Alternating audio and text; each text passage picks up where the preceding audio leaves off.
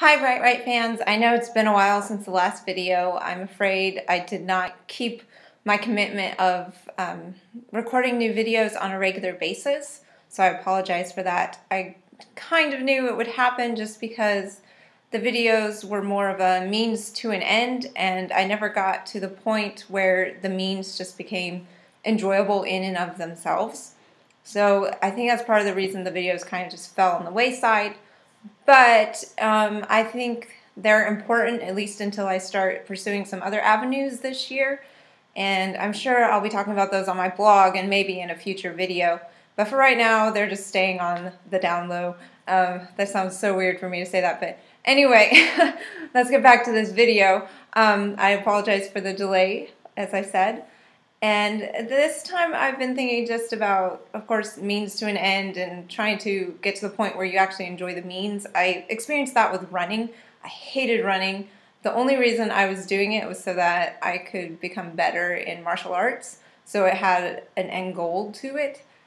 But by the time I kind of reached that end goal, I'd gotten to the point where I actually liked running and I enjoyed that time by myself, and it was just a time where I could think about different things. A lot of times it was about writing and that kind of stuff, but it became more of an enjoyment in running. And I think that's kind of the way I view writing. I don't see writing as a means to an end. I see writing as means and the ends as well. It's both. And I guess I've been thinking about that a lot because I've been reading some articles, some of them just kind of mocking different things about the writing life. Like, when do you know you've arrived as a writer? And the piece goes on and on about, well, I'll know I'm a writer when this happens or when this happens. And the truth is I don't think most writers know when they've arrived, and I think it's a really dangerous place to be if you know you've arrived. I think if you think that, then there's really no place for you to go because you've reached the end. And I don't know, for me, I just don't view my writing that way. I hit publish and it's move on to the next thing, which leads into this other idea of what do you do when you've published something or you've submitted a manuscript or whatever and you're waiting for feedback. What do you do in the meantime? Do you just sit and twiddle your thumbs, or what do you do? For me, I hate twiddling my thumbs, so that's really not an option. And I don't think that's really an option for most writers. They move forward, and I think that's the key to the writing life, is you keep moving forward with the next writing project, or maybe if you're an artist, you move forward with the next drawing or the next painting, or whatever it is that you do. You keep moving forward. You don't wait. I mean, you are waiting, but it's not just like sitting on your hands kind of waiting. You're active. You're doing something. You're improving your skills. You're focusing on areas you think you need to improve in until you get some feedback about what you've already sent out into the wide world.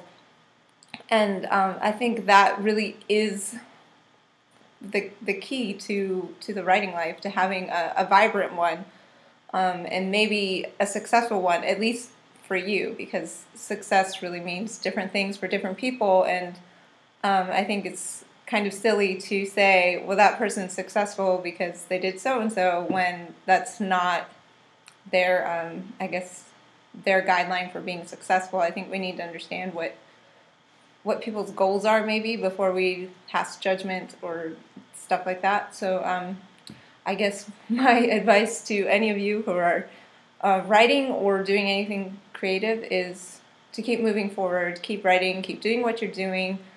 Don't worry about the success, don't worry about the failure.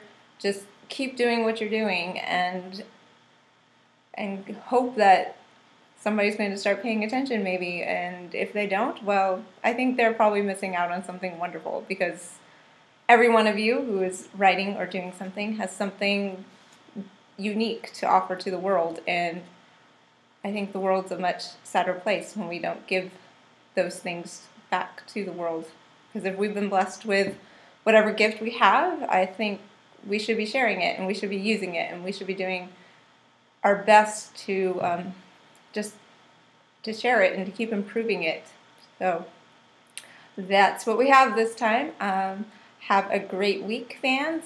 And of course, you can always find me online. Best place to find me is Twitter. I'm most likely to respond to you there. Of course, I'm always ready to answer emails, so you can always email me too. And maybe I'll be a little more prompt with the next video. Till then, cheers!